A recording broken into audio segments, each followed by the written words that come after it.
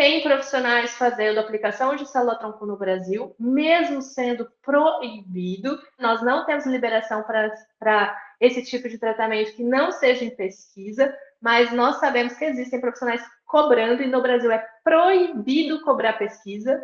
E tem gente que está cobrando para poder fazer a aplicação de algo que só está permitido para pesquisa. Mas, enfim, não temos evidência, e justamente por isso não é permitido, sobre o uso de célula-tronco. Fala pessoal, tudo bem? Esse é mais um episódio do PBcast. Aqui quem fala é Léo Costa. E aqui quem fala é Lucila Costa. Lu, hoje a gente vai conversar sobre lesão medular. Recentemente a gente teve uma descoberta aqui no Brasil muito legal sobre um medicamento que chama-se polilaminina, e a gente vai discutir sobre como estão essas pesquisas, para onde elas vão e qual é a esperança que a gente tem a partir de agora. Isso aí. Mas antes disso, temos algum recado? Nós vamos agradecer o nosso patrocinador oficial, a Medicoff.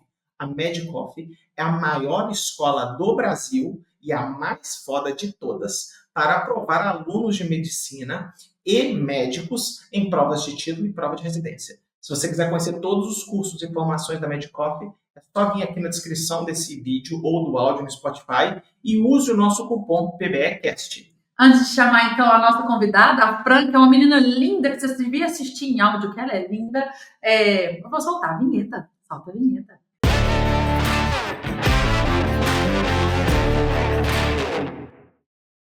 Fala pessoal, tudo bem? Esse é um episódio muito importante para mim, porque nós vamos conversar com uma colega de trabalho, é uma pessoa que eu admiro pra caramba, ela faz um baita trabalho bacana, ela trabalha numa subespecialidade, e aconteceu uma treta há 3 semanas atrás, não é necessariamente uma treta, né, Lu?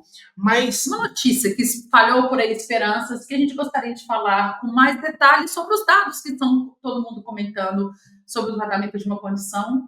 Todo mundo busca por resposta, né? Eu acordei de manhã com a palavra polilaminina no meu Instagram mais de 900 vezes. Eu não sabia nem o que era isso, tá? Eu falei, será que a menina chama Poli, ela é uma menina e tal? Eu não sabia o que era. E eu demorei alguns minutos para entender o que estava acontecendo. E aí eu vi um vídeo de um suposto tetraplégico andando, e de primeira eu falei, gente, isso aqui não faz o menor sentido para mim, tá tudo errado. E eu demorei algumas horas para me inteirar sobre o assunto. Aí teve uma menina, nossa aluna da formação em PBE, fez um vídeo muito legal, eu aprendi com ela, de repente aparece o vídeo da Fran, ultra detalhado, indo passo a passo de tudo, aí eu aprendi tudo com a Fran. Eu falei, cara, a gente precisa conversar sobre isso, para a gente falar qual é o problema, o que a gente tem na mão, quais são os passos a seguir, e o que vai ser legal, o que talvez ainda a gente está na fase de investigação. Isso aí. Antes de mais nada, eu quero pedir para a Fran se apresentar para todo mundo. Fran, explique quem você é, de onde você veio, para onde você quer ir. Tá? Obrigado, seja muito bem-vindo ao PBcast. Gente, muito, muito obrigada pelo convite. Na verdade, eu preciso assumir publicamente aqui o quanto eu sou fã de vocês. Então, para mim, mais do que me sentir no privilégio de ter um espaço de fala sobre a lesão medular, que é algo que eu amo, é sentar à mesa com vocês, né? Então, assim, para mim é muito carinhoso, muito honroso estar aqui. Então, muito obrigada. E como eu já adiantei, né? Então, para mim, é como uma missão de vida mesmo declarar publicamente o que a gente faz na academia enquanto pesquisador e que muitas vezes não alcança esse público. Então, eu venho trabalhando nessa subespecialidade mesmo, porque é uma área que é muito negligenciada, né? Então, em 2016, eu dei início à minha trajetória acadêmica de pesquisa e caí de paraquedas no laboratório do professor José Marília, que hoje eu tenho ele como minha referência, assim, né, de lesão medular. E eu simpatizei com o rosto dele, assim, sem entender nada. Eu não tinha Léo Costa para seguir ali as dicas de caixinha, como submeter para um mestrado, né? E ali foi por simpatia com a fotinha do Lattes que eu submeti meu projeto de pesquisa para concorrer vaga de mestrado com ele. E eu não sabia nada de lesão medular, nada. E ele só pesquisava neste tema. Olha o quanto eu não tinha consciência do que era um mestrado, né? E ali, quando eu fiz todo o processo, ele falou para mim, olha, você quer entrar tal, mas eu só pesquiso lesão medular, então vai ter que ser nessa área. E eu disse para ele, meu Deus, mas não tem como, eu não sei nada. E ele falou, não, aí você vai entrar aqui para aprender mesmo, né? Tá disposta a aprender? E eu falei, total. Então, eu comecei a aprender sobre lesão medular de fato depois da minha formação, da minha graduação. E de lá para cá já se vão aí 9 anos, praticamente, pesquisando lesão medular. Eu me apaixonei perdidamente. Eu fui para pesquisa direto com o público e isso me trouxe ainda mais know-how, digamos assim, que eu expandi para fora da dissertação, da tese. Concluí mestrado, segui pelo doutorado, já estou aí prorrogada do meu doutorado. Enfim, já era para estar para a rua já num pós-doc, mas a gente vai levando. Preciso fazer o curso de escrita científica. Então, aqui vão já há alguns anos muito envolvida com o público, e foi justamente isso que me trouxe essa necessidade de um espaço de fala, né? A gente vê tantas informações inadequadas, tanto serviço não qualificado, que isso passou a me incomodar demais, principalmente por sofrer a dor do público que eu encontrava. Eu não, preciso fazer diferente, porque eu tenho uma frase para mim assim: você só tem direito de reclamar de algo que você já fez sua parte, né? Então, se eu tô lá vendo alguém falando algo errado, mas eu não tô falando que é algo certo, eu errei também, né? Então, eu preciso fazer a minha parte. E aí, esse é o meu objetivo que tem me movido ultimamente. Legal. Ô, Fran, vamos começar bem do básico antes da gente entrar nessa história mais recente. Por que lesões medulares são tão difíceis de reabilitar? Assim, eu sou neto de uma senhora, a vovó Amélia, ela já morreu, que ela teve uma lesão medular, ela teve um trauma cervical e aos 30 anos ela ficou tetraparética e nunca conseguiu se recuperar muito bem dos seus movimentos. E seria muito legal você dizer a complexidade das coisas. Então a gente às vezes vê AVCs, por exemplo, AVCs menores, você consegue ver o paciente voltar para uma vida muito legal, ele consegue se movimentar, ele consegue ter independência, e às vezes isso não acontece com lesados medulares. Você pode explicar a severidade? Até para o grande público entender o que é, para entender o que a gente vai falar depois sobre os tratamentos. Claro, e assim, olha só, a tua frase, ela já traz muito do que a gente enxerga, que é ver a lesão medular como algo muito complexo e que determina um diagnóstico, né? E esse é um senso quase que comum, sabe? Existe sim casos muito graves, muito complexos, que vão impactar em toda a funcionalidade, uma vez que a medula ela é determinante para entregar a função que o cérebro vai coordenar, né?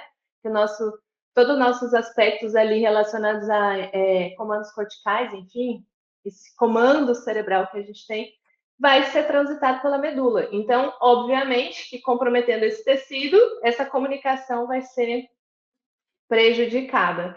Agora, nem todos os casos são lesões graves. E esse eu acho que é o principal ponto que a gente tem que considerar. Porque o que vai influenciar na magnitude dessa gravidade é o quanto esse tecido medular realmente foi impactado.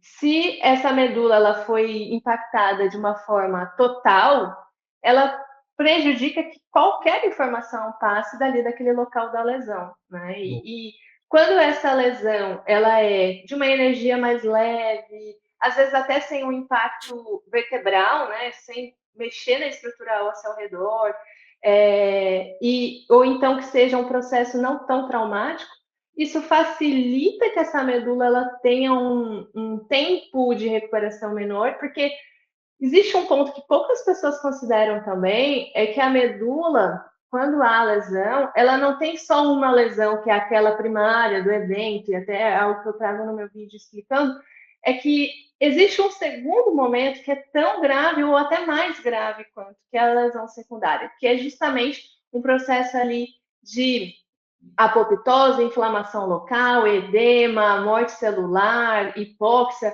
Então, tem tantas outras consequências que vão danificando aquele local e criando uma cicatrização que também comprometem essa função e podem, inclusive, alterar o local dessa lesão, porque essa cicatrização ela pode ir se expandindo, né? Então, tem lesões que lá inicialmente vão ser, sei lá, C5, e essa cicatrização, esse processo todo inflamatório, ele vai acontecendo e depois a gente chega a ter uma classificação C4, C3. Então, isso pode impactar bastante. E por isso a gente vem tendo muitas pesquisas tentando combater esse momento secundário, né? Tentando amenizar o máximo possível esse processo inflamatório, esse processo de degeneração e construção de cicatriz. Justamente para diminuir o quanto isso vai determinar o quanto essa pessoa tem de possibilidades depois, né? De amenizar esse impacto. Perfeito. Ô, Fran, quanto tempo que começa essa... Eu estou chamando porque, por exemplo, em ortopedia, a gente também tem hipóxia secundária. Um clássico, por isso você tenta... A gente fala, né, não vamos tentar... Não acaba com o processo inflamatório, mas tem um mínimo de controle de foco inflamatório, porque a hipóxia secundária em ortopedia, ela também... Ela pode um atleta maltratado na fase aguda pode aumentar 10, 12, 15 dias o retorno dele exatamente por hipóxia secundária. Quanto tempo... Qual que é a janela de oportunidade que você precisa, provavelmente em terapia intensiva, em outro lugar, que alguém tem que entrar com alguma coisa? O que a galera está usando para controlar isso? Ou é mais lento? Então, sabe que essa é uma grande busca, né, científica, inclusive. A gente tem a previsão de tempo de duração, que ela também não é exata, né? Então, a gente tem ali que esse processo, que a gente inclusive chama de choque medular, ele vai iniciar, sei lá, 30 minutos logo após a lesão, mas ele pode perdurar por até mais que um mês. Então, depende muito, né, do quanto foi impactado. Agora, em relação à abordagem, o que a gente tem mais bem definido, digamos assim, é o procedimento cirúrgico. Então, fazer a estabilização, fazer laminectomia, fazer descompressão, dependendo muito do mecanismo que ocorreu a lesão, vai dar um direcionamento cirúrgico.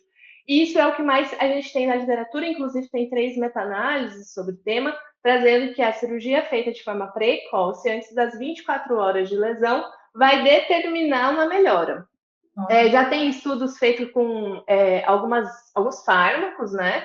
Mas são controversos, tem alguns medicamentos que vinham sendo utilizados assim demais, mas já começaram a haver algumas possibilidades de efeitos colaterais, e é muito complexo, porque você faz essa abordagem inicial num momento que você não tem a menor noção do quão grave vai ficar.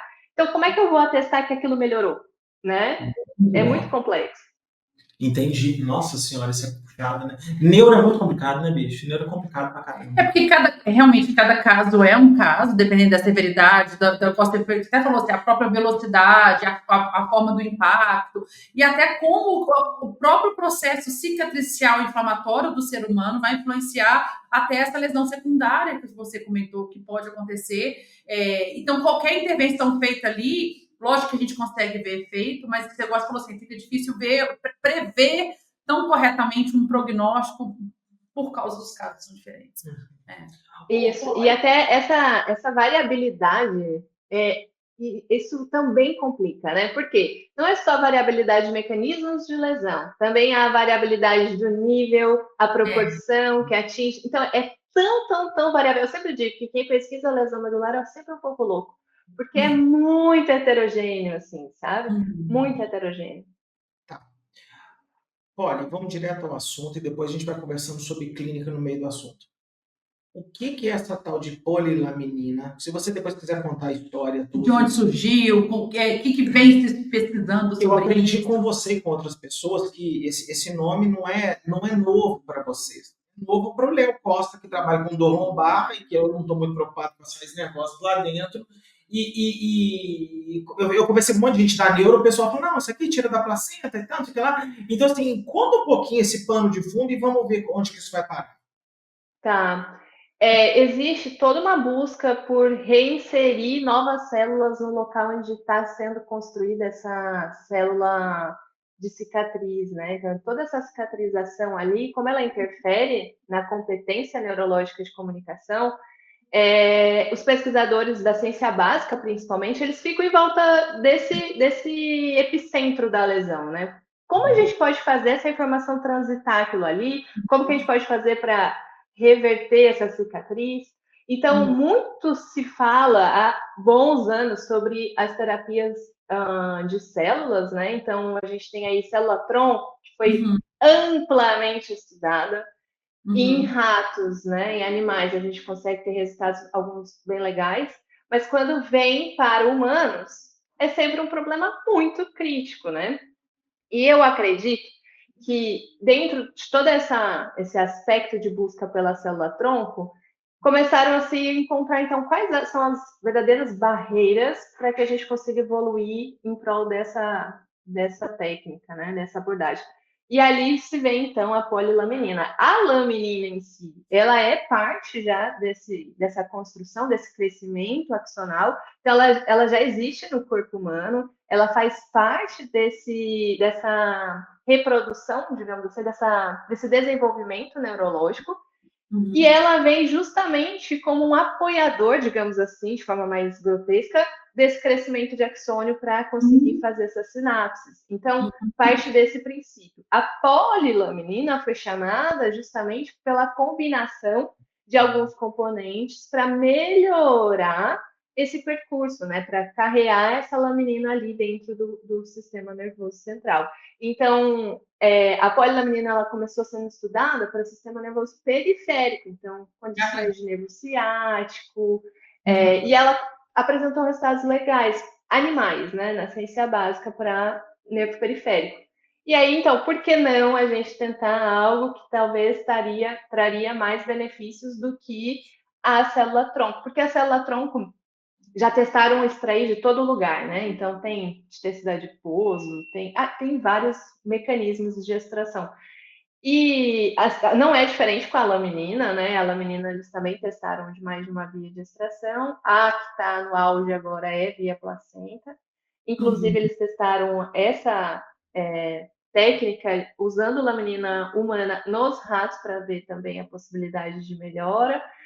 Nos ratos, inclusive, que foi um dos primeiros dados assim publicados pelo grupo da Tatiana, que mostrou ser uma grande possibilidade, porque nos ratos eles conseguiram não ter efeitos colaterais e esse epicentro da lesão, o sítio local ali, eles conseguiram ver melhora da estrutura, da arquitetura neurológica, conseguiram combater um pouco mais o processo inflamatório. Então, assim, baseado no estudo animal, nossa, muito legal. Só que a gente tem todo um trâmite de translação para acontecer, né? E ali que a gente começa a identificar toda esse boom de reportagens e tal, que é essa tentativa de translação. Para que isso pudesse ser feito, então eles fizeram primeiro os estudos de ciência básica em animais, foi feito in vitro para desenvolver de fato essa laminina, foi testado em diferentes pHs, em pH neutro, pH ácido, para ver como que ela tinha uma melhor absorção, né? Porque às vezes também o que acontece é que essa célula ela é implantada ali, mas o corpo rejeita. Então, quer dizer, de nada adiantou. Então, essas buscas por mudar pH também foi para essa finalidade, para conseguir achar a maior biocompatibilidade do componente. E assim, então, a partir dos estudos bem básicos lá de bancada, como a gente chama, in vitro, rato, aí começaram as translações. Foi feita a translação que a gente... Fran, Pode posso falar. te interromper? Desculpa. Claro, 100%. Quando você chega lá no rato, me explica uma coisa aqui. Se você não souber, porque às vezes eu fico talvez exigindo uma coisa que a pessoa não leu ainda, mas me conta uma coisa. Quando eu faço o estudo em modelo animal para a lesão medular, você induz uma lesão medular artificial, certo? Não sei como é que faz isso. 2, você vai lá e joga a polilaminina lá dentro e testa esse negócio todo. 3, para você saber se a arquitetura está pronta, você tem que sacrificar o bichinho, né? Tirar a medula, colocar no microscópio e tal. Mas deixa eu te perguntar uma coisa bem óbvia, assim. Os ratinhos voltam a andar? Funcional. Sim, Funcional. sim, tem um teste, né? Que é um teste de campo aberto, que você libera o animal para ele poder se locomover. E aí você tem uma escala que analisa de 0 a 21 pontos para você qualificar, né, o quanto que ele realmente recuperou funcionalmente. Então, ele conseguiu mexer sua pata dianteira, a pata abaixo da lesão, conseguiu fazer o movimento do rabo. Então, tem toda uma análise do movimento feito por esse teste de campo aberto que que eles colocam ali para analisar. Nesse estudo do rato, eles conseguiram ver algumas melhoras, né? Funcionalmente dizendo. Então, a partir desse dado e da arquitetura, porque daí, como você disse, então a gente faz, eu já participei de estudo animal, né? Então a gente abre lá, faz laminectomia, pega um clipe, um bisturizinho, arranca ali corta um pedaço da medula, depois faz todo o trabalho, e aí, por fim, faz a eutanásia, corta, segmenta, e aí coloca em lâminas para estudar a parte mais histológica, né? Então, a partir os dois desfechos foi favorável, sabe? Então, eles conseguiram alcançar uma melhora funcional e também conseguiram uma melhora no quesito histológico, quesito de segurança. Então, foi um resultado bacana. Ótimo. Aí, quando vai para a translação, que a gente começa a se deparar com algumas fragilidades em relação ao contexto real do ser humano mesmo, né? Uma das coisas que foi visto, por exemplo, tanto no cachorro, que também foi um estudo que eles fizeram, é que quem passava por uma cirurgia mais precoce estava tendo, coincidentemente, uma melhora. E é o que a gente já preconiza, mesmo sem polilaminina, né? Então, será que realmente é ela? E tem uma questão metodológica muito delicada quando eles vão para cães, é que todos os grupos recebem polilaminina. O que muda é o fator que eles associam. Então, tem um grupo de cães que eles recebem o GDNF, que é um fator neurotrófico, né, de célula glial, e tem outro que recebe condroitinase. Então, eles pegam carreadores assim diferentes para possibilitar a melhora dessa polilaminina, assumindo que ela já é boa, né? Então, esse é um ponto delicado que a gente não deveria considerar enquanto pesquisador, assim, né? Eu não posso nunca começar com uma estratégia de translação assumindo que aquilo já é bom, né? Então, eu tenho que fazer testes. Outro ponto também que as notícias trouxeram de uma maneira equivocada, pelo menos as que eu li, é que nesse estudo de cachorros eram cachorros que não poderiam voltar a andar. E se a gente pegar a metodologia do estudo, não foi dessa forma. Na verdade, aqueles que não tinham perspectiva de recuperação da marcha, da caminhada, eles foram excluídos. E aqueles que melhoraram muito só com a fisioterapia também foram excluídos. Então, assim, eles tentaram, justamente na metodologia, combater o que foi divulgado, né? Então, assim, às vezes há um grande desvio entre a publicação e a notícia jornalística. E eu acho que esse é um ponto máximo sobre polilaminina aqui, né? Aproveito até o parênteses aqui para dizer que quando a gente faz, eu, você, Lucila, todos nós, né? Fazemos a divulgação científica, as pessoas acham que nós estamos atacando pesquisador, atacando pesquisa. E não é. Normalmente, a gente está atacando pessoas que não são pesquisadores, que não estiveram na pesquisa, né? Que estão fazendo a divulgação, um desserviço, digamos assim, científico, que é entregar essa informação de forma inadequada. E é sobre isso, né? A gente tem que entregar de forma clara. Perfeito, Fran. E você falou isso muito bem, assim, que é só para reforçar mesmo para todo mundo que está ouvindo, porque passa uma impressão que nós, pesquisadores, principalmente da área da pesquisa clínica, a gente é sempre pessimista, a gente não. É porque você não tem um paciente desse da família e você está tirando a nossa esperança, você não sabe como é difícil a gente tentar pensar fora da caixa, buscar por soluções, e essas frases que a gente sempre escuta. Eu até recebi ontem no meu Instagram, porque o Léo recebe muito, ele está mais acostumado. E eu recebi ontem, eu acho engraçado assim, quando a gente estava falando de autismo, e alguém escreveu assim para mim assim, provavelmente você não deve ter filhos autistas. Eu falei assim, mas isso não influi. Se você tivesse, talvez você estudaria melhor. Essa era a frase. E aí, assim, não é porque a gente está batendo na ciência, tirando a esperança das pessoas, e é importante todo mundo saber isso. A ciência, ela está sendo feita, e a Fran, nossa, e primeiro, estou encantada da forma que você explica, Fran. A Fran foi claríssima, mas assim, principalmente quando a gente faz ciência para entender mecanismo de cicatrização, de regeneração de tecido, são tantas fases que antes de chegar no humano, que a gente tem que testar, igual a Fran explicou, de testar assim, ok, o que vai acontecer no tecido? A gente não vai fazer isso no ser humano de início, a gente vai fazer em animais, principalmente o rato, que tem mais acesso, para a gente poder sacrificar esse animal, para a gente poder estudar no tecido o que acontece, olhar a função, igual a Fran explicou, para depois trazer isso para o humano. E é importantíssimo que todo mundo que está aqui ouvindo saiba, assim, a gente fala dessa pesquisa direto nas nossas aulas e nos podcasts, é que em torno de 3% das pesquisas que são feitas na área básica, igual a Fran está explicando, elas são realmente transacionadas com efeito positivo no ser humano, um efeito funcional. Então, assim, a porcentagem ela é muito pequena, 3% quando a gente leva em consideração as pesquisas com câncer. Mas se exclui o câncer... Neuro é 20. Então, ou seja, isso não desmerece a pesquisa, não, gente. A pesquisa básica ela tem que estar toda hora acontecendo, a gente tem que trazê-la para o humano, e aí a gente testa. Tem efeito? Continua, não tem? Volta para a bancada, estuda de novo e vai de novo. E esse caminho vai sendo feito até que um dia novas coisas com realmente que traz efeito, não só a esperança com efeito, ela possa ser usada. E, infelizmente, a Fran pontuou muito bem.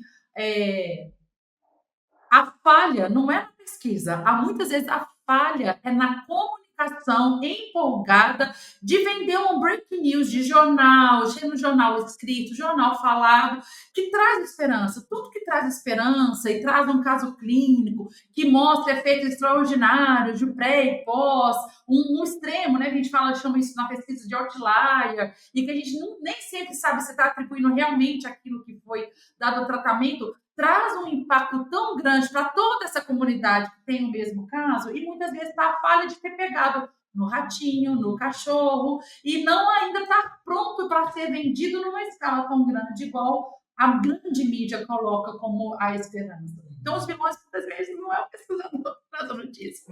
Talvez a forma que foi vendida para a população. Exato. E assim, até eu quero reforçar aqui, que eu acho que em nenhum momento eu me comuniquei nessa direção, é que os estudos da Tatiana, eles foram muito bem escritos. Eles deixam muito claros quais foram os vieses, quais foram os métodos, né? Então, assim, eu vejo que há todo um esforço de deixar tudo muito transparente. E então, volto a dizer, nosso problema aqui, mas de forma nenhuma é sobre o estudo. É sobre a forma com que essa informação foi veiculada, bem exatamente como você comentou. Fran, Lu, sabe uma coisa que eu acho que é importante a gente pausar aqui esse episódio e colocar, deixar muito claro? Eu acho que para grande parte da audiência do PBcast é claríssimo. Pesquisa básica é uma pesquisa feita para outros pesquisadores. Ele não é uma pesquisa para o consumidor final. Tá? Quando eu faço uma lesão medular num camundongo, ou num cachorro, ou na célula, ou no modelo matemático, Zambiá, qualquer coisa, eu ainda estou criando substratos para conseguir, em algum momento, criar uma aplicabilidade para a comunidade. Científica. Nós já comentamos aqui, Fran, uma vez eu vi uma entrevista que eu fiquei fascinado. É um brasileiro que ganhou o equivalente ao Nobel de Matemática. É um nome esse prêmio. Ganhou 2 vezes. Na primeira vez que ele ganhou, o repórter, no final das contas, falou: o que você fez? Ele falou: cara, eu resolvi uma equação. E tal. E ele perguntou para ele assim: para que serve essa equação? Ele falou assim: eu não faço a menor ideia.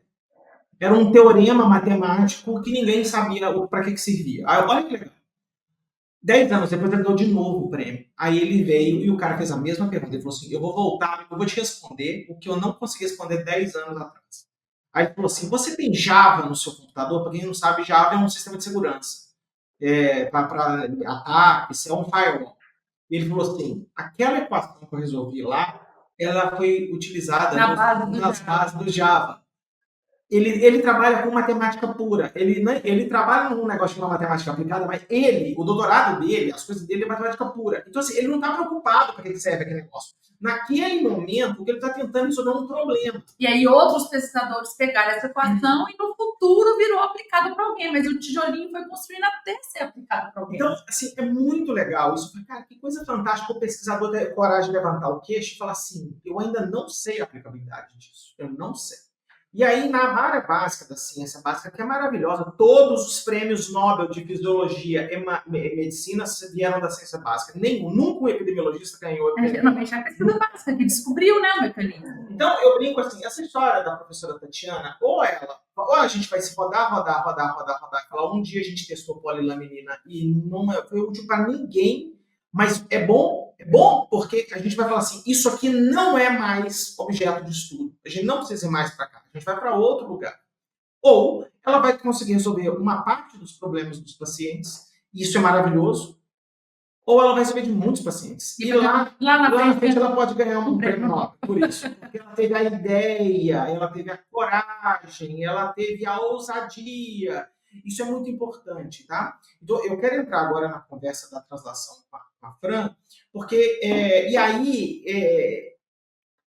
precisamos entender sempre que pesquisa básica ela é geradora de ideias, hipóteses e refutação de hipóteses. Quem é aluno da formação em PBE, eu sempre falo, se você abrir um jornal toda semana, sempre vai ter uma notícia parecida com essa.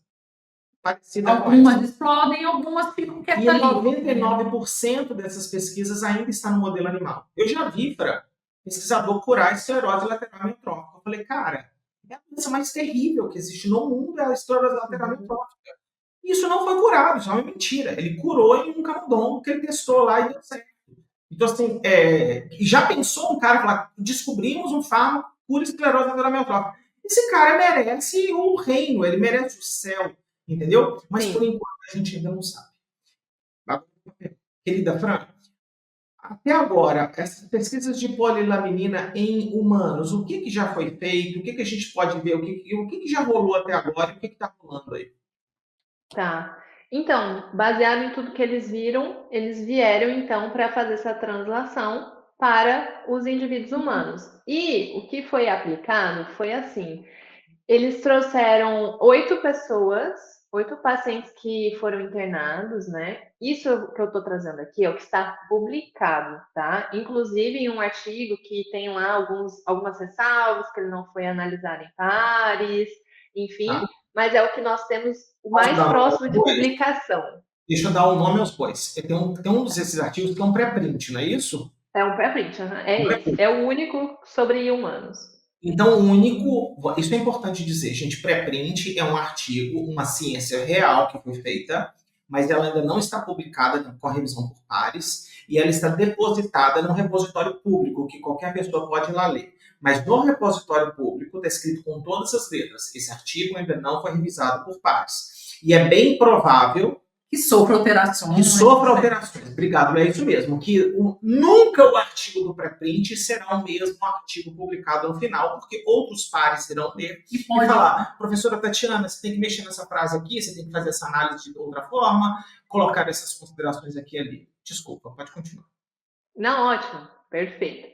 Então, o único estudo publicado. Eu trago isso à tona dessa maneira porque nós sabemos que existem outras amostras que ainda não estão em nenhum estudo que já está sendo divulgado nas reportagens, né? Então, vou me ater ao que está cientificamente colocado, tá?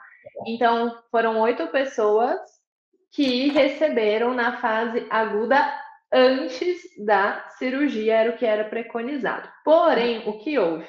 Tiveram algumas pessoas que não fizeram cirurgia, porque a ideia deles era, vamos alocar essa laminina no epicentro da lesão na hora do momento cirúrgico, que era maravilhoso, né? Já vai estar manipulando, já faz a introdução ali da polilaminina. Mas houveram alguns desses 8 indivíduos que não tiveram a cirurgia. Ou então até teve um que a cirurgia já tinha acontecido, então eles também não conseguiram fazer no procedimento cirúrgico, mas era injetado como uma espécie de injeção mesmo, né? E aí tem toda uma análise, porque precisava ser no epicentro da lesão mesmo, no sítio local onde estava acontecendo. O cara entra com uma agulha e insere dentro da medula? Isso. Tá.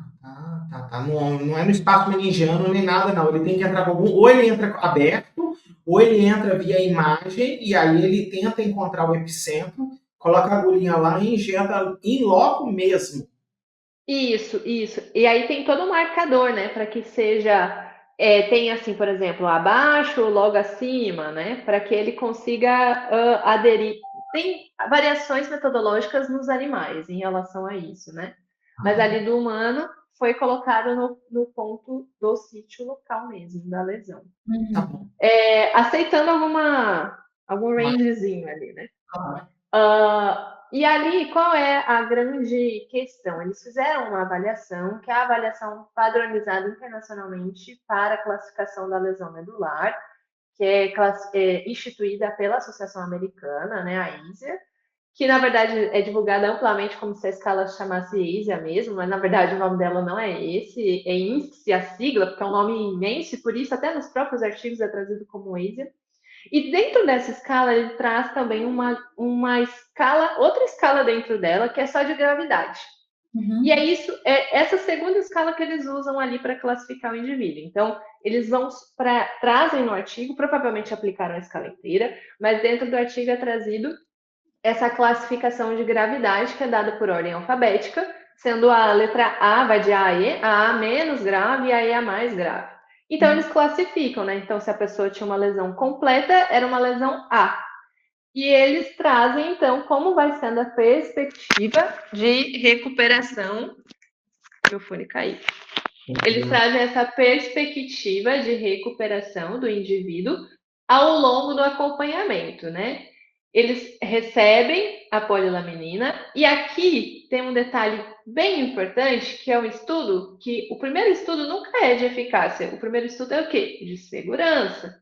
Então, eles fazem várias análises de coleta sanguínea para ver marcador de toxicidade hepática, renal, para ver como que esses sinais clínicos desses indivíduos que receberam respondem à aplicação.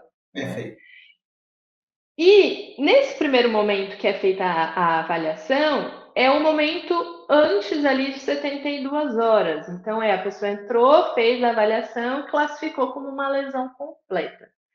Mas, exatamente nesse momento que está acontecendo o choque medular. E o choque medular, ele age com uma supressão total de funções. Então, é muito, muito, muito difícil que nesse momento essa pessoa vá ter respostas para apresentar uma lesão que não seja completa. E é isso que eles identificaram. Todos eles tinham lesão completa, mas como não? Porque eles estavam tendo supressão total de resposta, estava na fase de choque medular. E geralmente a classificação mais definitiva ela é mais tardia, né? Que você quis dizer, porque eles repetem essa classificação em fases mais tardias até da classificação final desse paciente, não é assim? Exato. Mas eles não fazem essa reavaliação no intuito de ver a classificação final. Eles fazem como uma medida de mudança de desfecho, entende? Esse é o problema. Porque aí, quando essa pessoa começa a passar da fase de choque medular, e aqui eu estou supondo, provavelmente seja a mesma época que começa a apresentar mudança, que eles atestam que essa mudança é devido à polilaminina. Então, qual é o grande viés aqui metodológico que eu identifico para que eu possa ter certeza que isso não é do choque medular, eu precisaria ver se o reflexo bulbocavernoso voltou e não foi aplicado, e se foi, não é trazido no estudo, tá? O reflexo bulbocavernoso é um marcador que a gente usa, que vai lá, faz esse teste físico, e se essa pessoa, esse indivíduo, apresenta positivo, é sinal de que então voltou a ter reflexos. Se voltou a ter reflexos, então já está se comunicando ali naquela região, né? Então não está com essa supressão total mais. Por isso a gente usa esse teste. Como eles não fizeram essa análise, eu não sei se nesse primeiro momento já tinha passado o choque medular, se no segundo momento já tinha passado. Em que momento passou esse choque medular desse indivíduo que mudou? Para poder falar de mudança de desfecho. Exato, Então, isso é muito delicado. Agora, se a gente considerar qual era o propósito de fato desse estudo, muito legal. Por quê? O propósito era identificar segurança. Dentro desse contexto, nós não tivemos nenhuma resposta que tivesse vínculo à polilaminina. Tiveram 2 óbitos, mas esses 2 óbitos eram por complicações que já são esperadas pela lesão medular ou pelo próprio impacto, teve por questões da própria procedimento ali de internação, pneumonia, enfim, evento cardiovascular, coisas esperadas, mas não especificamente da polilaminina. Eles fizeram análise do marcador de toxicidade logo após, né, até 10 dias, e também não teve nenhuma diferença discrepante que pudesse desconsiderar o uso da polilaminina. Agora, falar do desfecho funcional é muito delicado, porque nós não tivemos comparação de grupos, nós não tivemos uma análise feita da forma adequada para essa finalidade. E tem um ponto aqui que eu acho que também é muito delicado, é que eles não fizeram nenhum tipo de supervisão em relação à recuperação motora, né, a fisioterapia. Eles trazem, inclusive, isso no estudo, que não foi supervisionado a quantidade, eles ofereceram 200 horas de fisioterapia, mas se a pessoa fizesse mais coisas ou menos, isso não era contabilizado, porque eles afirmam, né, que a fisioterapia não é capaz de regenerar a medula, e eu concordo, realmente não é, mas é muito delicado a gente falar de recuperação motora como desfecho sem considerar algo que melhora a recuperação. Então, assim, embora a fisioterapia não seja capaz de recuperar a medula em si, e ok, a gente sabe que nessa fase inicial nós não temos ainda estudos robustos que desconsiderem a possibilidade de neuroplasticidade induzida por atividade, né, por tentativa de movimento. A gente não tem nada que comprove isso.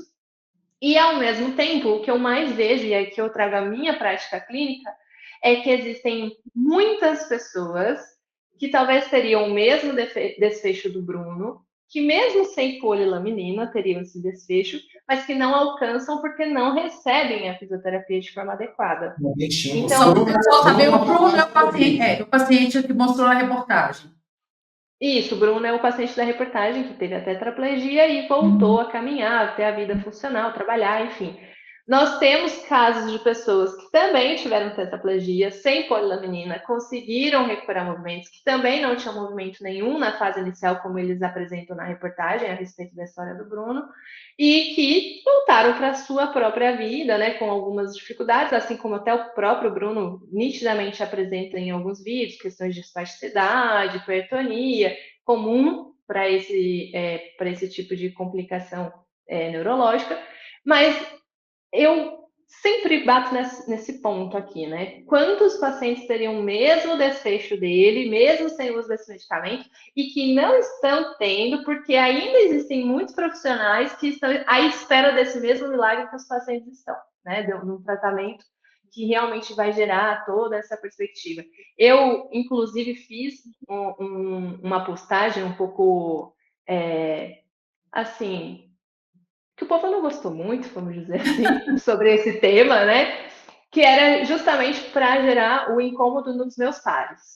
Que é assim, enquanto tem um monte de profissional esperando por polilaminina, existe profissional que está gerando resultado, que está fazendo esse paciente voltar para a vida, que está fazendo o paciente voltar a caminhar, trabalhar, sem o uso dela, porque está fazendo o uso do conhecimento específico e adequado. Uma das coisas que eu mais tenho por incômodo e indignação é que quando eu, por exemplo, oferto cursos, né, sobre lesão medular, o que eu ouço é assim, mas eu só tenho um paciente de lesão medular, o resto é tudo AVC, acho que não vale meu investimento. E esse é o cara que está lá que poderia estar vivendo a vida plena, igual o Bruno, e não está, porque o profissional não buscou o conhecimento necessário para assumir aquele caso, né? Eu acho que está tudo bem você não querer aprender sobre isso. Por exemplo, se você me falar que é um artigo de dor crônica, eu não vou fazer a menor ideia, dor lombar muito menos, mas é uma escolha minha. E por isso eu só atendo lesão medular, porque é onde eu estudo muito, né? Então, eu acho que está tudo bem a gente ter afinidades temáticas, mas assumir um caso e não se dedicar... Isso, não se dedicar para aprender ele é muito delicado. E pensando assim, tá, eu não vou atender, eu vou passar para quem? Porque existe aí uma grandiosíssima lacuna de conhecimento na formação profissional que é ofertado em todas os de graduação, de pós, enfim, porque o assunto é complexo, né? Muito, como o Léo já disse anteriormente, neuro é complicado. Então, o assunto é complexo. Dentro da neurolesão medular, ela ainda é, vamos dizer, o patinho feio, porque tem várias diferenças em relação a nível de lesão, magnitude da lesão. Cada caso vai ser um caso muito diferente. Traz imensas especificidades que precisam ser consideradas. Então, precisa realmente sentar o bumbum na cadeira e estudar, né? Então, a gente tem essa dificuldade hoje em dia. Mas uma ressalva aqui, para que isso não fique mal interpretado também, é que a realidade do Bruno também pode ser a realidade de outra pessoa sem polilaminina? Pode. Mas a gente também sabe que, assim como os outros participantes da pesquisa que não tiveram a resposta dele, também existem sem polilaminina, que é a pessoa não ter perspectiva de recuperação. E isso a gente também precisa considerar aqui, né? Porque se eu disser, todo mundo aqui poderia estar igual o Bruno, mas é por conta do profissional. Não, calma, só para deixar bem claro, né? Não é para todo mundo esse nível de recuperação, assim como não foi para todo mundo do estudo também, mas existem sim os casos que teriam a recuperação dele que estão sendo negligenciados. Ô, Fran, você falou uma coisa que me veio na memória, meu passado, assim. É porque isso sempre me chamou atenção, assim, mas eu nunca estudei a fundo aqui. Me corrija se eu falar alguma coisa errada em relação ao Brasil, por favor. Quando a gente foi para a Austrália, quando a gente mudou para a Austrália em 2005, o Léo foi fazer o doutorado e eu fui acompanhar como esposa.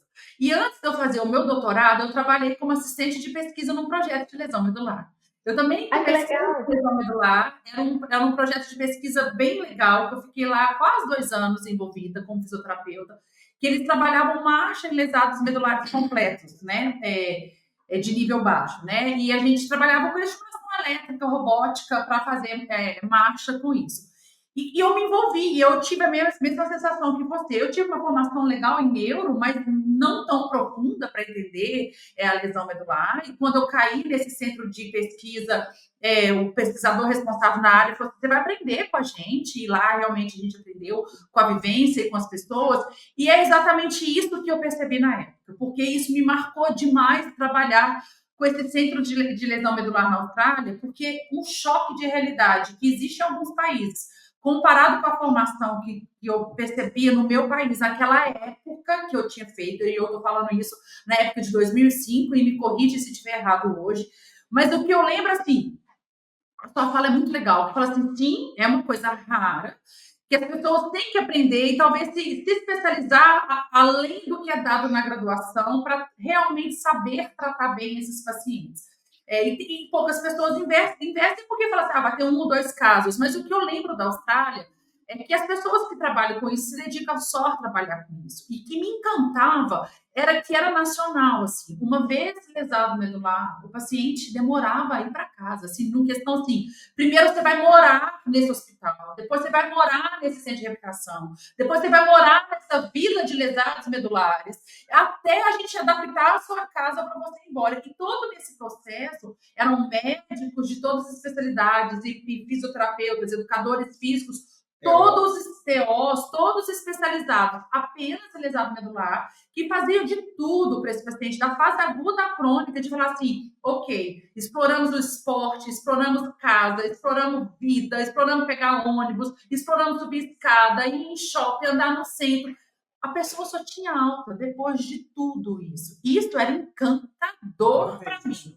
E eu nunca vi isso no Brasil. Para falar que nunca, a gente tem alguns centros, que são poucos no Brasil, que tem aqui, me corrija se estiver errado de novo, que é o Sara Kubitschek.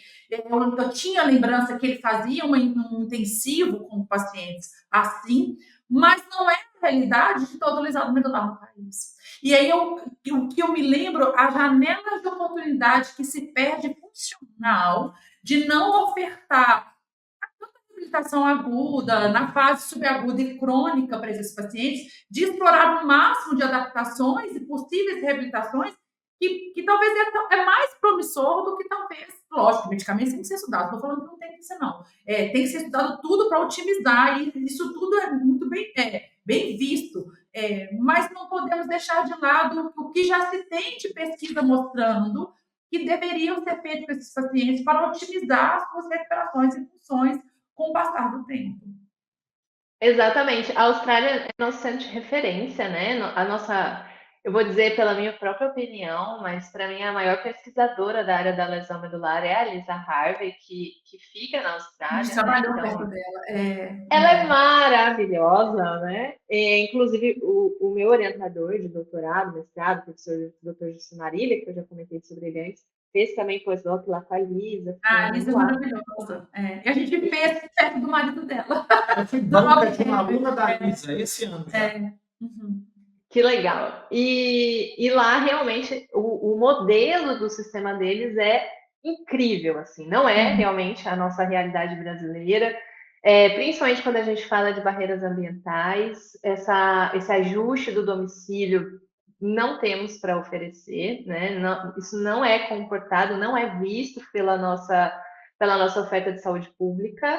Temos alguns centros de reabilitação, como principalmente, eu diria, predominantemente o SARA, que é quem responde aí à demanda nacional.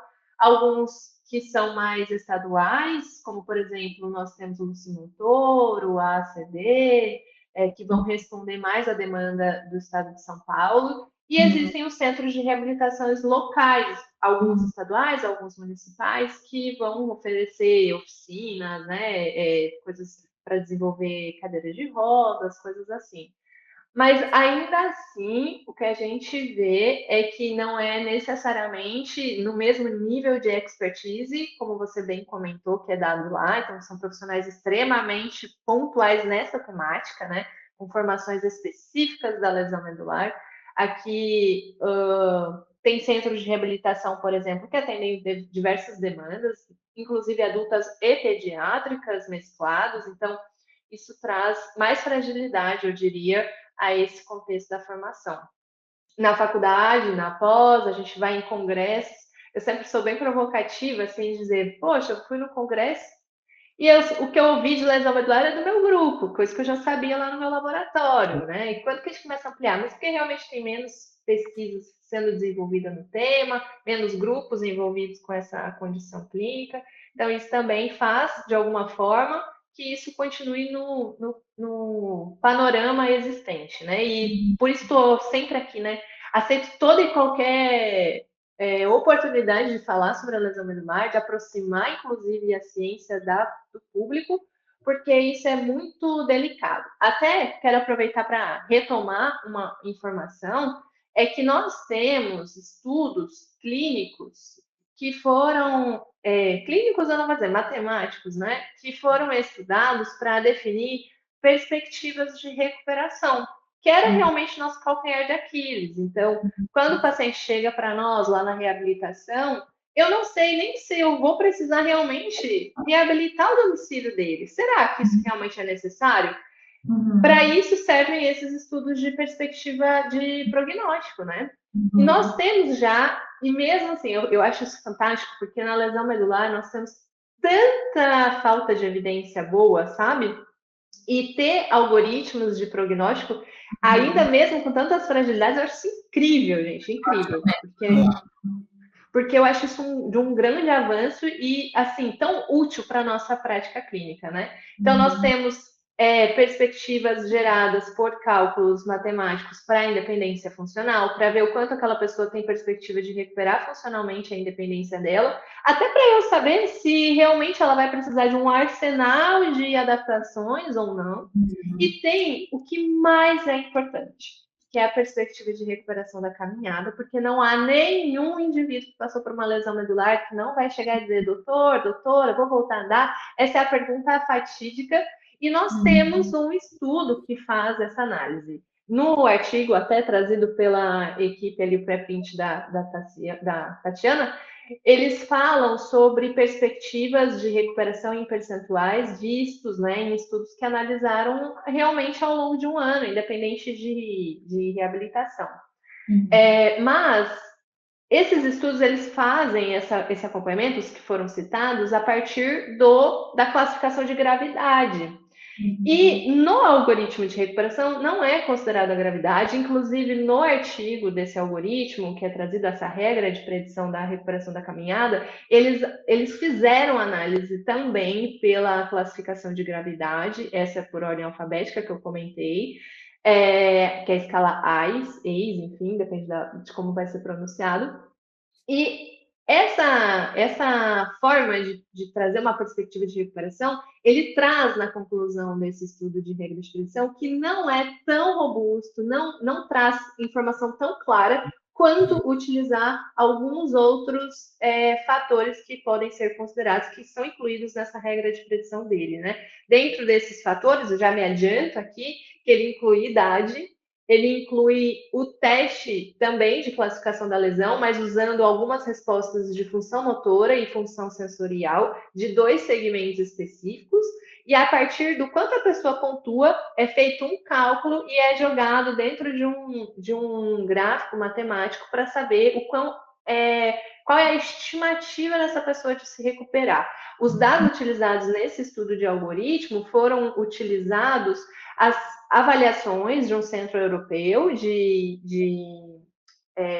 serviço de atendimento, né, de reabilitação de pessoas com lesão medular, que fizeram essa avaliação dentro dos primeiros 15 dias. E eles também trazem ali, né, quantos deles foram classificados, tiveram sua avaliação feita antes das primeiras 72 horas, que era ali uma porção de uns 20% da amostra. Mas todos os estudos, todos os quadros clínicos que eles acompanharam tinham sido feita a aplicação dentro dos primeiros 15 dias da lesão. Não tem clareza sobre o quanto deles foi feito antes ou depois da cirurgia, né? Não é trazido isso no estudo, mas é trazido que uma boa porcentagem deles tiveram a cirurgia feita de forma precoce antes das 24 horas. E eles fazem um follow-up de 12 meses para ver desses primeiros 15 dias e depois 12 meses quantos deles recuperaram a marcha. E a partir desse dado foi criada toda a logística, né? Então, a idade de 65 anos é um corte, então indivíduos com lesões de 65 anos ou mais, eles têm uma redução bem importante da perspectiva de recuperação da marcha, e esses outros dados relacionados à função motora e sensorial do membro inferior, que inclusive existem já outros estudos que foram vendo também na busca de ter um algoritmo, né, uma regra de predição. Eles trazem que, como um preditor, nós temos movimento de quadril e de joelho. Inclusive, o joelho é considerado nessa regra, né, de recuperação, de predição da caminhada. Então, esses segmentos, eles são mais importantes para determinar se a pessoa tem perspectiva de recuperação da caminhada ao longo do tempo, do que a classificação de gravidade, que foi a utilizada pelo estudo. Então, talvez, se eles tivessem mudado metodologicamente para cálculo de regra de predição, a gente não teria essa mesma resposta que é apresentada nos resultados deles, né? Como, a pessoa tem uma lesão super completa e agora voltou a andar. Mas e como era a perspectiva dela nesses segmentos motor e funcional, sabe? Perfeito. Eu ainda tenho mais uma, eu quero só fechar o raciocínio desse último artigo. Deixa eu ver se eu entendi a professora. A professora foi: o único estudo com humanos com a polilaminina, um estudo com 8 sujeitos, publicado na forma de pré-print. E com o objetivo central de testar a segurança. É isso aí, até agora. Desses 8, 2 morreram, então você tem 6 pessoas vivas, nem todo mundo respondeu maravilhosamente bem. É isso? É isso. Isso. Um desses 6 é o Bruno ou não? A gente nem sabe se é. Não dá para saber. Acredito que sim, mas é só uma suposição minha. O que é trazido em reportagem é ele, né? Mas não é declarado se ele foi parte desse artigo, enfim, até nem citam, né, esse pré-print. E também é trazido até pessoas com lesão completa, que nem é considerado nesse estudo, né? Então não tem essa clareza. Eu preciso deixar isso claro nesse episódio, tá? Porque quantas pessoas. Eu vou falar, eu vou botar minha cara a tapa nisso aqui. Nós estamos ainda numa etapa muito preliminar para entender se polilaminina de fato vai ajudar as pessoas lá na ponta. Porque pelo que eu entendi, e aí a Fran pode vir me confirmando isso, o que eu estudei um pouquinho sobre o assunto, é que agora, 2025, né, o podcast ele é atemporal. A gente está gravando que dia? No 26 de setembro de 2025. No dia 26 de setembro de 2025, nós ainda não temos sequer uma aprovação da Anvisa para o Laboratório Cristália, que está com vontade de ajudar a professora Tatiana nisso, a montar um ensaio clínico de fase 1. Eu estou falando certo ou eu estou me perdendo? Exatamente. Nós temos todo um trajeto de comprovação clínica ainda. Então, agora vem o cara que costuma dar má notícia, tá? Então, se quiser brigar com ela, pode brigar. Na parte de neurologia, eu tô botando tudo no mesmo pacote, tá? Lesão periférica, lesão medular, AVC, qualquer coisa no sistema nervoso central ou periférico, a cada 100 ideias da neurologia que entra em fase 1, cerca de 20% se tornarão úteis na prática clínica. Porque a fase 1 olha apenas segurança, teoricamente ela olha só segurança. Depois ela vencida, você pede uma outra autorização, começa um outro estudo em que você olha eficácia e segurança e geralmente você vai testar doses diferentes. Então às vezes você tem 2 doses, mas você bota 3, 4 doses diferentes. Ou até detalhes que a Carol falou, de momento, se é na cirurgia, se é aplicado, se não é. Você vai testar a logística de utilização do próprio do medicamento. Disso tudo. E se passar, aí ele entra para um ensaio controlado aleatorizado grande com placebo, que vai demorar tempo, porque a lesão medular vai demorar mesmo, no mínimo um acompanhamento de 1 ano, eu diria, no mínimo, do dia que o primeiro paciente entrar, para ele sair é 1, mas não entram todos no mesmo dia, então eu estudei para 3, 4, 5 anos, tem que achar os voluntários, tem que, né, um monte de outra coisa. Então, assim, e no final disso tudo, vê se eu estou falando certo, tá, Fran? Você que é professora. Eu só estou tentando fechar aqui para a gente ter a perspectiva com o pé no chão, que cientista tem que ter o pé no chão. Nós não temos emoção, nós não somos pacientes, nós não temos lugar de fala, nada. Pé frio. Quais são as nossas chances?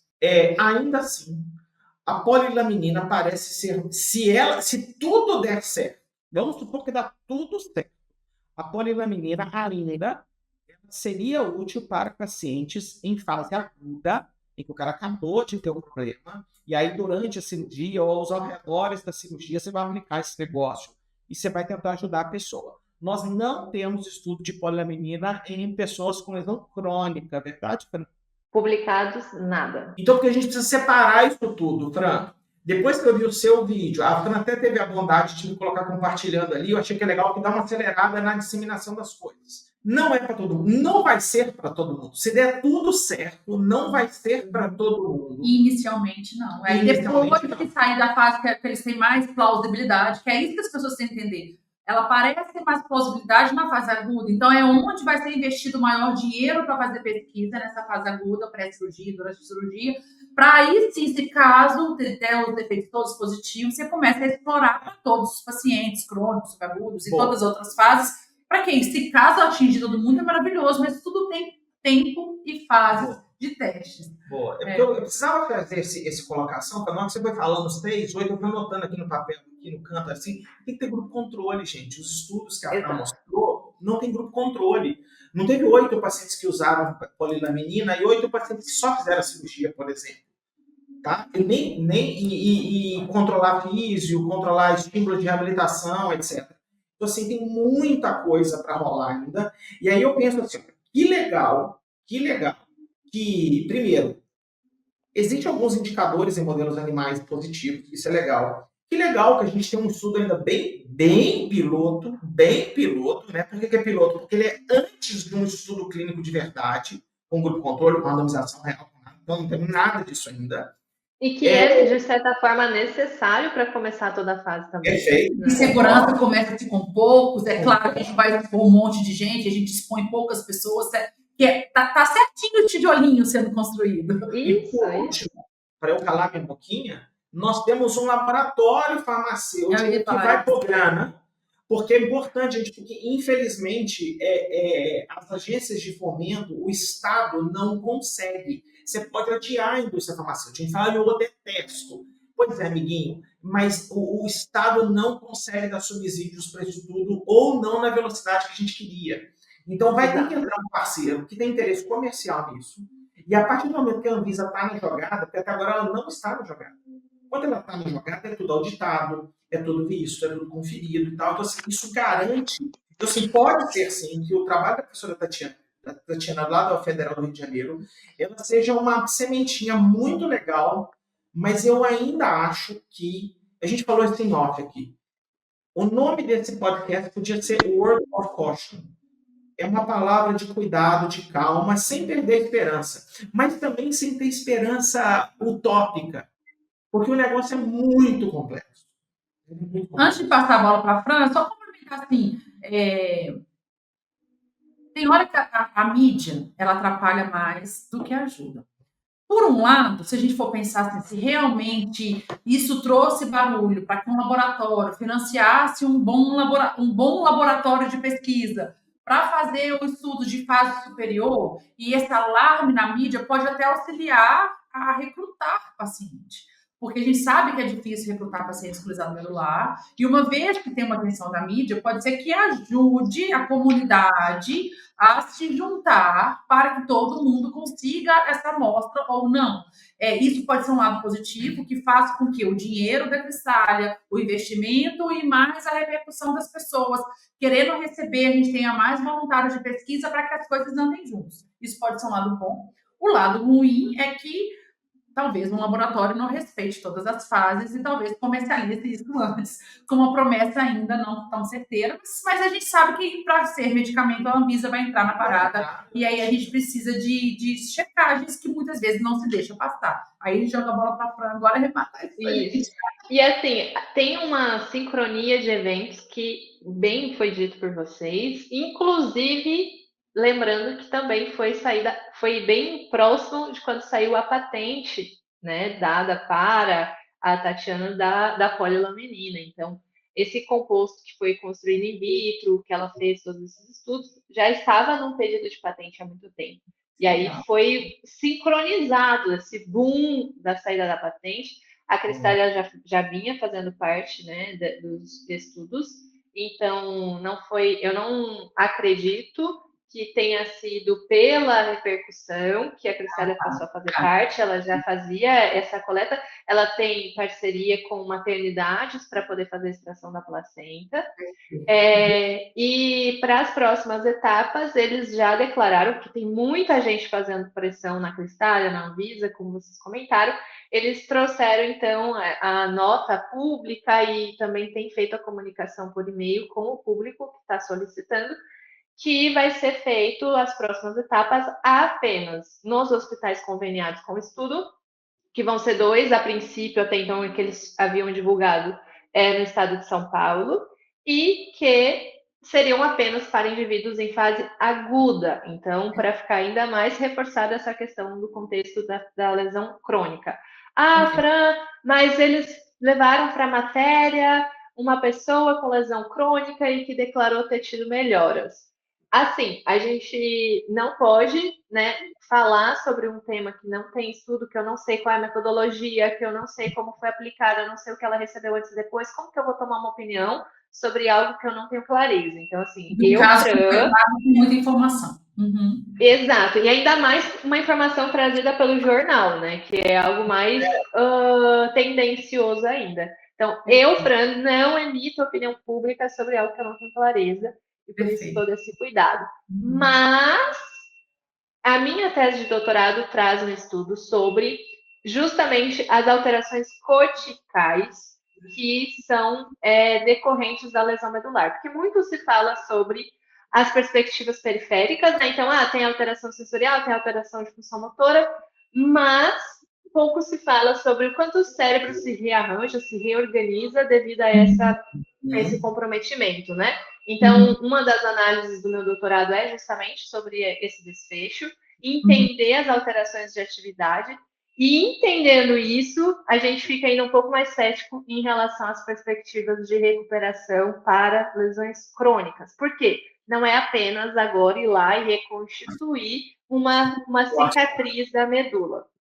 Inclusive, umas 2, 3 semanas antes, ou talvez eu erre aqui na cronologia do tempo, saiu uma notícia também para lesão medular, que era o transplante de medula, né? Que agora parece que virou moda, as pessoas quererem uma notícia para lesão medular para os jornais. E ali, então, nessa notícia, era uma terapia feita em Israel, por um pesquisador também das áreas básicas, que ele, nada mais, nada menos, pegou todo aquele conhecimento de célula-tronco, que até o momento também não tem nenhuma comprovação científica, E aproveito a deixa para fazer um parênteses aqui muito importante. Tem profissionais fazendo aplicação de célula-tronco no Brasil, mesmo sendo proibido. Nós não temos liberação para esse tipo de tratamento que não seja em pesquisa, mas nós sabemos que existem profissionais cobrando, e no Brasil é proibido cobrar pesquisa. E tem gente que está cobrando para poder fazer a aplicação de algo que só está permitido para pesquisa. Mas, enfim, não temos evidência, e justamente por isso não é permitido, sobre o uso de célula-tronco. Então, eles pegaram lá em Israel esses estudos e eles fizeram, então, uma reconstituição in vitro desse tecido medular a partir de célula-tronco. E à medida com que eles criaram ali um formato tridimensional, algo que seria próximo da própria medula, eles entram, fazem uma abordagem em rato, retiram a região da cicatriz, fazem uma ressecção da cicatriz e implantam esse tecido que eles construíram.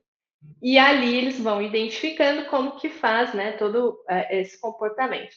Nos ratos foi muito legal, e por conta disso, agora eles conseguiram a autorização para fazer em humanos.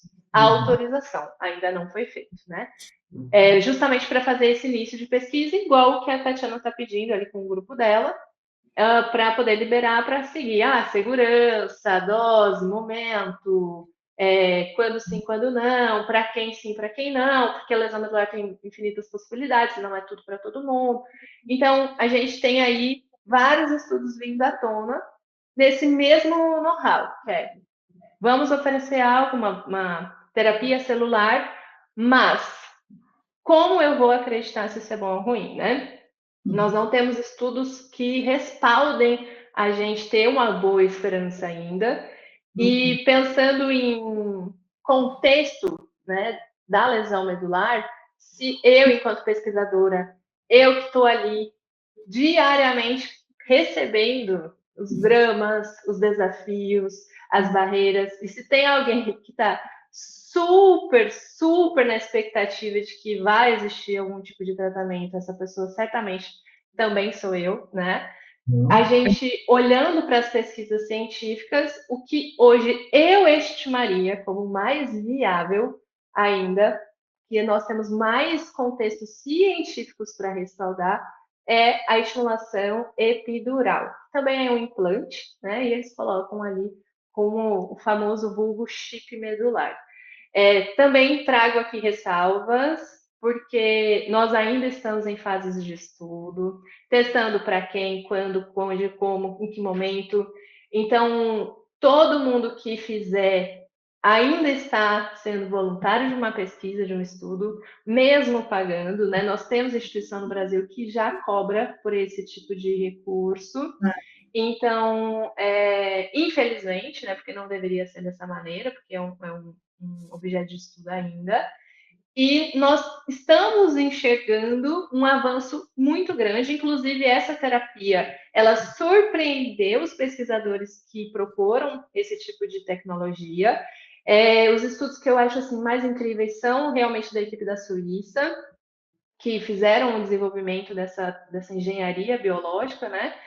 Bioengenharia, como eles chamam, e a partir do uso desse implante epidural, o que mais surpreendeu os cientistas era que quando eles desligavam esse implante, esse recurso tecnológico, aquela comunicação permaneceu, que não era esperado. Então, eles acreditavam que seria útil porque ele mesmo mediaria essa comunicação eletroquímica. Mas quando desligou, era como se o corpo tivesse reaprendido esse percurso. Então, por isso, essa busca, né, de estudo, entender por que sim, por que não, como que isso aconteceu, será que foi um caso abuso, será que é para todo mundo? Então, nós estamos ainda evoluindo. Mas já é o que mais tem resultados promissores, com fases mais avançadas já de estudo. Brilhante, Fran, sensacional. Lu, eu gosto muito, eu estou encantada, viu, Fran? Encantada. A clareza que você trouxe da informação, assim, com a simplicidade para que a gente possa entender os termos e assuntos complexos, para a gente que não é da área, ficou tão claro, assim, estou encantada mesmo. E o seu cuidado de mostrar para a grande população com um tom tão gentil, de falar assim, temos esperança, mas as pessoas, eu sei para quem tem um familiar e para quem tem, falar assim, é fácil falar, tenha paciência e espera, mas foi muito gostoso te ouvir falando assim, isso ainda é material de estudo. Infelizmente, a gente tem pessoas que começam a ofertar comercialmente isso antes do momento, isso e outras técnicas, e depois, o que acontece? Se o material de estudo, a resposta fala assim, não era bem esse caminho, mudamos o caminho, entendemos, mas precisamos ajustar e abandonar isso e partir para outro caminho, é tranquilo quando se está dentro só em material de estudo, em locais de universidades estudando sobre isso. Uma vez que já está sendo comercializado, é onde todo mundo vira vilão. Vira vilão de falar mal, é você que não está ofertando para gente, porque eu conheço o vizinho da vizinha que já comprou, que já pagou, e por que agora está tirando? Aí começa a colocar política no meio para justiça de ter que aprovar e pagar, e vira aqueles caríssimos, né, processos para que consiga ofertar para pacientes que convênios não paga. Então, assim, é gostoso a gente ver a forma que você colocou, assim, que as pessoas entendam que está todo mundo trabalhando, igual você me falou lindamente, assim, não tem pessoas que gostariam de ver mais dando certo do que você que está ali todo dia com esses pacientes.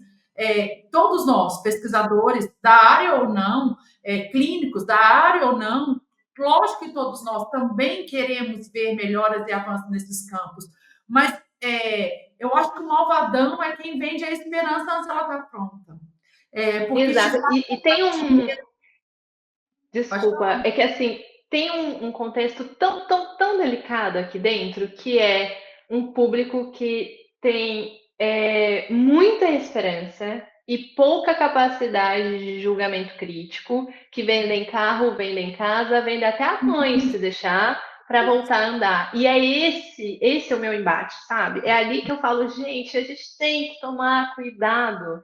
Essa cirurgia, por exemplo, de implante epidural, até a última vez que eu ouvi um paciente me contar, estava custando R$400 mil apenas o procedimento cirúrgico, mas todo um processo de tratamento que ainda não era precificado. Então, sabe? E aí, perfeito. E aí, assim, quem está enganando quem? Alguém que está cobrando isso, que fez o paciente desestabilizar toda uma família financeiramente, que desestabiliza filho, família, pai, mãe, parente, para algo que ainda é campo de estudo. E se o efeito for positivo, maravilhoso, vale a pena, mas a gente sabe que outliers, igual o Bruno apareceu, e tem outros outliers, não é tão frequente quando a gente está estudando com o pé no chão e observando respostas.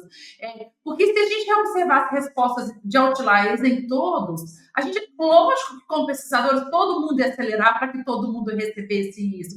Na pesquisa existe até como que chama aquelas análises, que a gente, interim análise, que a gente começa a ver efeitos extraordinários antes do final do estudo, que se está vendo efeitos extraordinários, você para ofertar para todo mundo. Então, assim, todo mundo está caminhando para o caminho de olhar para o sol e para a esperança. Então, cuidado para não comprar a esperança de algo que não está pronto e desestabilizar tudo ao redor por causa de algo e colocar como malvadão alguém que está querendo divulgar pesquisa e informação. E até porque tem muitas pessoas que negligenciam o processo de recuperação porque estão aguardando por um tratamento como esse, né? E aqui também é um outro cuidado muito grande, que é assim, eu vou ficar aqui na cama porque Deus vai me curar, e nada contra a fé, eu sou uma pessoa de extrema fé, mas numa expectativa desajustada, muitas das vezes. Ou então, eu vou ficar aqui na cama porque a hora que a polilaminina sair, a hora que o epidural sair, a hora que o macacão sair, a hora que o implante sair, o transplante, aí eu vou voltar a andar. Só que essas terapias, elas vão ser um tratamento adjuvante, né? Então, se a pessoa não tiver um corpo preparado, se ela não tiver com articulações saudáveis, se ela já estiver cheia de feridas, se está com infecção e tudo mais, não, um tratamento é para recuperar ali a questão da medula, né? A comunicação entre cérebro e corpo. Mas se esse corpo não estiver vivo, funcional, não tem comunicação que seja existível ali, né? Então, esse é um cuidado muito grande, que eu sempre faço esse apelo constantemente, inclusive no meu Instagram. Ok, hoje, tomara sim que você tenha um milagre, que Deus te cure, mas hoje, hoje a sua condição é essa, nós precisamos fazer algo com o que nós temos hoje, né? Se amanhã você levantar andando, maravilha, daí nós vamos atrás disso e melhorar isso aí. Mas hoje a tua condição é essa aqui e nós vamos fazer algo com a realidade agora. Eu tive a oportunidade de entrevistar o primeiro indivíduo brasileiro que recebeu o implante de estimulação epidural, o chip, né? E um dos relatos que ele fez é: Fran, eu era atleta, depois da lesão eu me tornei para-atleta, eu continuei fazendo exercícios constantes, eu não parei, era isso que me manteve com saúde mental, e mesmo assim eu desmaiei 5 vezes fazendo reabilitação para fazer o implante fazer acontecer, né? Então, a gente precisa de um autoestímulo para as coisas realmente se estabelecerem no corpo. E ele, atleta, bem preparado, desmaiou de tanto que ele se entregou para o processo. Aí imagina a pessoa que está lá deitada, sem fazer atividade, sem fazer nada, com o pé já deformado. Então, assim, a gente tem vários pontos ali delicados.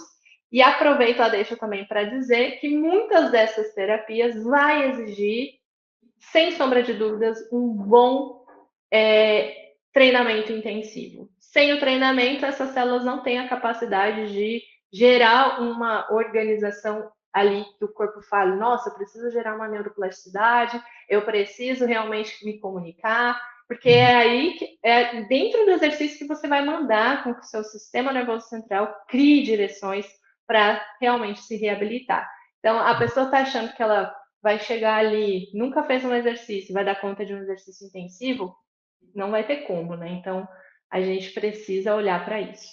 Perfeito. Maravilhoso. Ó! Querida Fran, você é maravilhosa, tá?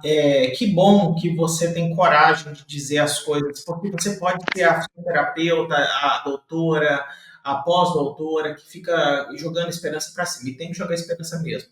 Mas o que você joga é pé no chão também, tá? Então, assim, a gente tem que ter esperança. Eu vejo com ótimos olhos os estudos que a gente comentou hoje.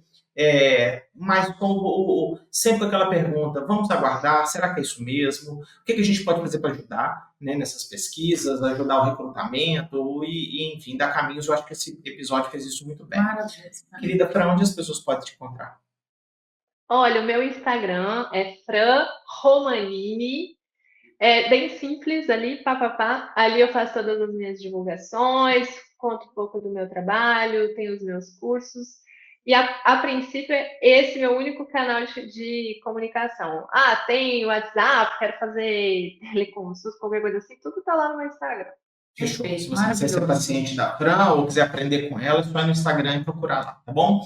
Luluzinho, onde as pessoas te encontram, meu amor? Eu tô sempre aqui no PBcast, também lá no Instagram do Silvio Costa. E antes de passar a palavra final pro Léo, que eu sei que ele vai falar onde encontrei ele e finalizar, queria agradecer, que foi realmente delicioso esse episódio. Eu tenho certeza que para as pessoas, todo mundo que trabalha com lesado medular e que estavam buscando por informação sobre a notícia, porque é difícil pessoas que não estão atentas aos estudos juntar e sumarizar todo esse conteúdo. Eu acho que ficou maravilhoso. Eu te agradeço imensamente por isso. Obrigada mesmo. Foi ótimo.